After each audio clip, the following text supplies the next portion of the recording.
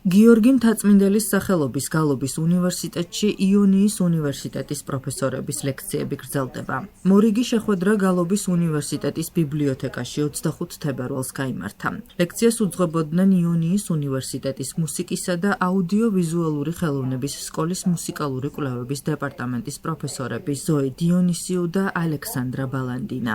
შეხვედრას გალობის უნივერსიტეტის პროფესორები და სტუდენტები ესწრებოდნენ.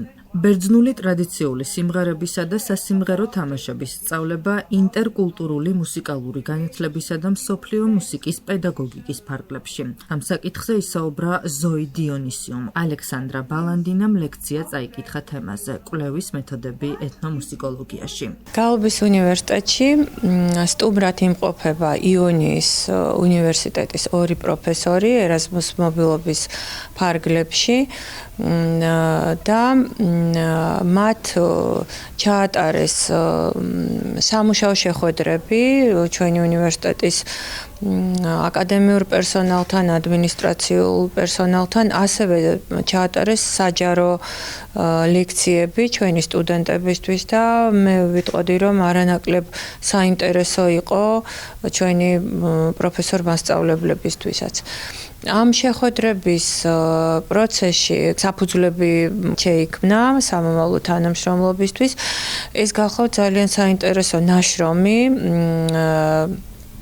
ერთ-ერთი ეთნომუსიკოლოგისა, ქართულ სამეცნიერო თუ პედაგოგიურ, ასე ვთქვათ, სივრცეში ჩვენ ვეცდებით, რომ გადმოვიტანოთ ეს გახლავთ ეთნომუსიკოლოგიური კვლევის მეთოდებისადმი მიძღვნილი ნაშრომი და ჩვენი სამომავლო თანამშრომლობა შესაძლოა აი ამ ერთობლივი პროექტის ჭრილში განვითარდეს.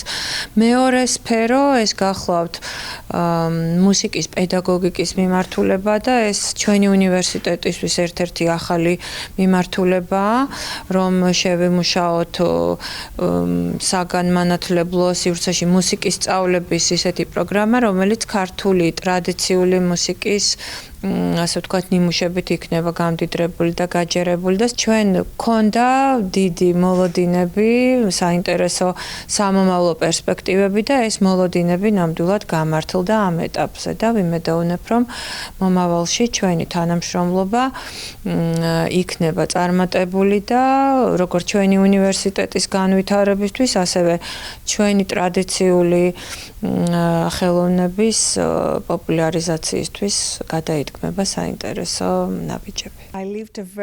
გასული ერთი კვირის განმავლობაში გალობის უნივერსიტეტში ძალიან საინტერესო და პროდუქტიული ვიზიტი გქონდა. შევხვდით როგორც კოლეგებს, ისე სტუდენტებს და გავმართეთ ლექციები. ჩვენ დავინახეთ, რომ საქართველოში ქართული ტრადიციული მუსიკა ძლიერი და ცოცხალი ტრადიციაა, რომელიც აგრძელებს არსებობას ახალგაზრდებში. განსაკუთრებით მნიშვნელოვანია იმის დანახვა, თუ როგორ ცოცხლობს ტრადიციული მუსიკა თანამედროვე ცხოვრებაში და როგორ ერწყმის დღევანდელობას. ვიმედოვნებთ, რომ ეს თანამშრომლობა მომავალშიც გაგრძელდება და გვექნება შესაძლებლობა კვლავ დავბრუნდეთ აქ, ხოლო გალობის უნივერსიტეტის წარმომადგენლებს იონიის უნივერსიტეტში ვუმასპინძლოთ. პირველ რიგში მადლობას ვუხდი გალობის უნივერსიტეტს მასპინძლობისთვის. ბედნიერი ვარ, რომ უკვე მეორედ ვეწვიე ამ უნივერსიტეტს. ჩვენ გქონდა შესაძლებლობა შევხვედროდით სტუდენტებს. სამაგისტრო პროგრამის სტუდენტებმა წარმოადგინეს თავიანთი საკვლევი თემები. გავეცანით ფოლკლორულ მუსიკას, ქართულ მრავალხმიანობას, ტრადიციებს და საეკლესიო მუსიკას. ამ საკითხებზე დაკვირვებამ უფრო ფართო შესაძლებლობა მოგვცა უკეთ გაგვეცნო ქართული ტრადიციული მუსიკა. კვლევითი მეთოდები ეთნომუსიკოლოგიაში. ამ სახელწოდების წიგნის ავტორი ვარ. მე შესაძლებლობა მქონდა სტუდენტებისთვის გამეზიარებინა წიგნში წარმოდგენილი ხედვები და ჩემი მეთოდოლოგიური გამოცდილება. იმედი მაქვს, რომ ეს თანამშრომლობა მომავალშიც გაგრძელდება. ერასმუსის გასვლითი პროგრამის ფარგლებში გალობის უნივერსიტეტი მასპინძლობს სტუმრებს საბერძნეთიდან.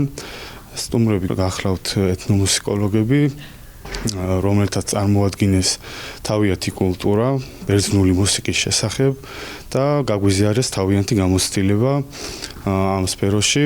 გალობის უნივერსიტეტს საბერძნეთიდან, კერძოდ იონიის უნივერსიტეტიდან ესტუმრნენ პროფესორები ქალბატონი ზოი და ალექსანდრა. მათ ისაუბრეს ძალიან საინტერესო თემებზე. პირველი ეს იყო ბერძნული, კერძოდ ათენის ურბანული მუსიკა, რებეტიკა და დღეს უკვე მუსიკის პედაგოგიკაზე იყო საუბრები. ძალიან საინტერესო იყო ჩვენთვის ამ ყველაფრის გაცნობა, ბერძნული კულტურის გაცნობა და მოხარულები ვართ მათი სტუმრობით. შეგახსენებთ, რომ იონიის უნივერსიტეტის პროფესორები გიორგი მთაწმინდელის სახელობის გალობის უნივერსიტეტს 23 თებერვალს ეწვივნენ. სტუმრები გალობის უნივერსიტეტში Erasmus Plus-ის პროგრამის ფარგლებში იმყოფებიან. პროფესორები საქართველოში 28 თებერვალამდე დარჩებიან.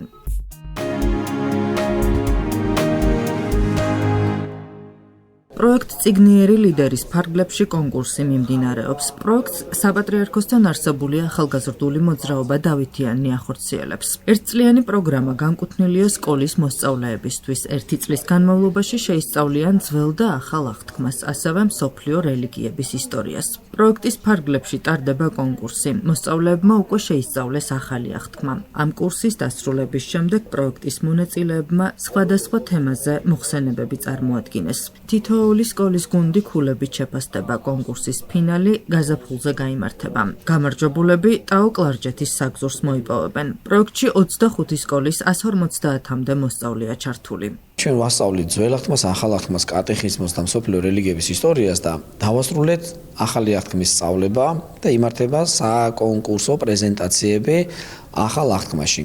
მოსწავლეები, რომლებიც სხვადასხვა სკოლებიდან არიან წარმოდგენილი გუნდებად, რომელთაც ახალგაზრდა ლიდერთა კლუბები აქვს შექმნილი სკოლებში, აი ეს გუნდები წარმოადგენენ დღეს პრეზენტაციებს ახალი აღთქმის სხვადასხვა საკითხებზე. ჩვენ გავიარეთ ახალი აღთქმის დიდი ნაწილი, მაგრამ მათ უნდა აირჩიონ ერთი კონკრეტული ვიწრო თემა და იმ თემაზე უნდა მოამზადონ პრეზენტაცია. დღევანდელი ჩვენი პრეზენტაცია არის შეფასებადი, ეს არის ქულების დაგროვების შესაძლებლობა, რომლის მიხედვითაც მათ უნდა მოიპოვონ რაც შეიძლება მაღალი ქულები. ქულების შეკრების პრინციპის მიხედვით ჩვენ შევძლებთ გავიგოთ ვინ გადავიდა პირდაპირ ფინალში, ვინ ითამაშებს ნახევარფინალურ ეტაპზე და აი ამითი გამოვლინდებიან გამარჯვებულები.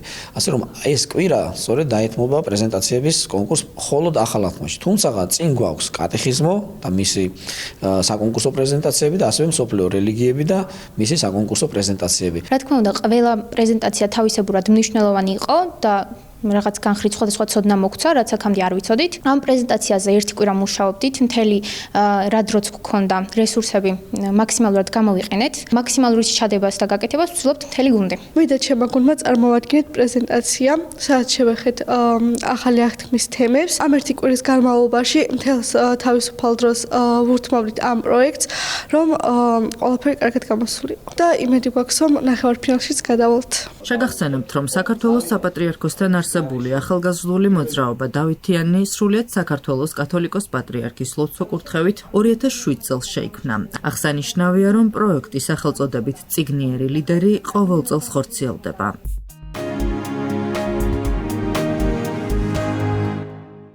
დაბინძურებული ჰაერი შეიძლება ალცჰაიმერის დაავადების განვითარების რისკს ზრდიდეს. ამ საკითხზე ამერიკის შეერთებულ შტატებში ახალი მასშტაბური კვლევა ჩატარდა. მეცნიერებმა დაახლოებით 28 მილიონი ადამიანის მონაცემები გააანალიზეს.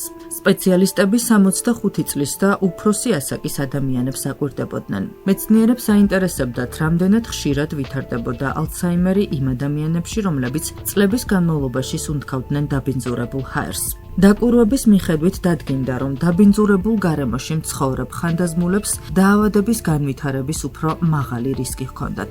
განსაკუთრებით საყურადღებოა ის ფაქტი, რომ დაავადების რისკი უფრო მაღალი იყო იმ პირებში, რომლებსაც ადრე ინსულტი ჰქონდათ გადატანილი. სპეციალისტთა განმარტებით, ჰაერში არსებული მტვრის უმცირესი ნაწილაკები შესაძლებელია პირდაპირ აზიანებდნენ ტვინს. სწორედ ამიტომ სუფთა ჰაერი მნიშვნელოვანია არა მხოლოდ სასუნთქი სისტემისთვის, არამედ მეხსიერებისა და ტვინის ჯანმრთელობისთვის.